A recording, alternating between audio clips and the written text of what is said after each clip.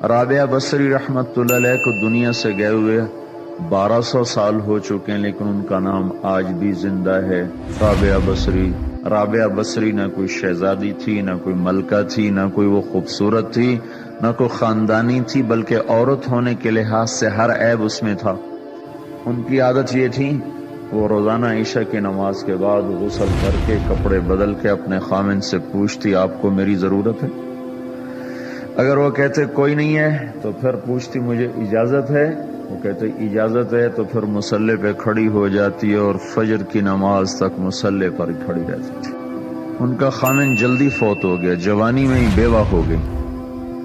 تو حسن بصری بصرہ کے امام، کیا سارے مسلمانوں کے امام تھے، وہ خود آئے، خود چل کے آئے کہ میں آپ سے شادی کرنا چاہتا ہوں۔ وہ کوئی شادی کا شوق نہیں تھا ان کو، وہ تو اولاد کے قابل نہیں، شکل صرف ان کی نیکی اور ان کا جو اللہ سے تعلق تھا، ان کو یہ لالچ ہوا کہ یہ میری بیوی ہو جائے تو اس کی طفیل شاید میری بخشش ہو جائے۔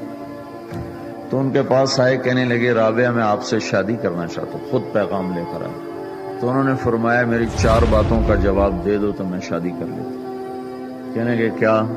کہ یہ بتاؤ میں جنتی ہوں کہ دوزخی ہوں؟ کہنے لگے یہ تو میں کچھ نہیں کہہ سکتا۔ اچھا یہ بتاؤ جب اللہ تعالیٰ قیامت میں اعمال نامے اڑائے گا، کسی کے سیدھے ہاتھ میں آئے گا، کسی کو الٹے ہاتھ میں آئے گا، میرے سیدھے ہاتھ میں آئے گا کہ الٹے ہاتھ میں؟ کہنے لگے یہ بھی کچھ نہیں بتا سکتا۔ کہنے لگے اچھا یہ بتاؤ جب اللہ نیکیوں کو تولے گا، کسی کی نیکیاں بڑھ جائیں گی، کسی کے گناہ بڑھ جائیں گے، میرے گناہ زیادہ ہوں گے نیکیاں زیادہ ہوں گی؟ کہ یہ بھی نہیں بتا سکتا۔ کہ اچھا یہ بتاؤ جب لوگ پل صراط سے گزریں گے، کوئی پار نکل جائیں گے، کوئی نیچے گر جائیں گے، تو میں پار نکلوں گی کہ دوزخ میں گروں گی؟ کہنے لگے یہ بھی میں نہیں بتا سکتا۔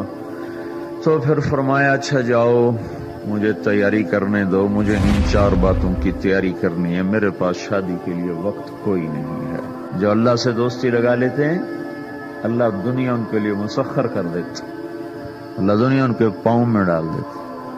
تو جب ان کا انتقال ہوا، رات کو ان کا انتقال ہوا، تو اپنی خادمہ سے کہا بس 2-4 آدمی بلا کے مجھے جلدی سے دفن کر دو، کسی کو نہ بتاؤ، صبح لوگوں کو بتا دینا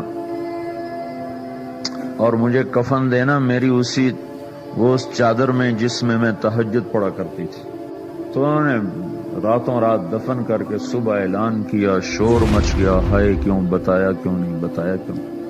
تو اگلی رات ان کی خادمہ نے ان کو خواب میں دیکھا، سبز لباس پہنا ہوا، حسن و جمال، سورج چہرے پہ چمک رہا۔ پوچھا آپ کے ساتھ کیا ہوا؟ کہا میرے اللہ نے میرے ساتھ بہت عمدہ معاملہ کیا۔ کہا آپ کی وہ چادر کہاں گئی جس میں آپ کو کفن دیا تھا؟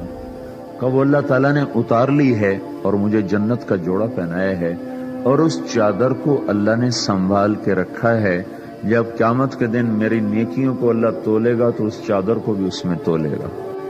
انہوں نے پوچھا منکر نکیر کا کیا ہوا؟ کہا وہ آئے تھے تو انہوں نے مجھ سے کہا من ربکی، تیرا رب کون ہے، تیرا رب کون ہے؟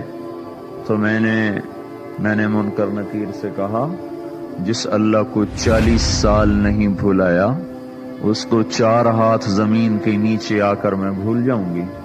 کہ جس رب کو 40 سال میں نہ بھلا سکی اس کو 4 ہاتھ زمین کے نیچے آ کر میں بھول جاؤں گی؟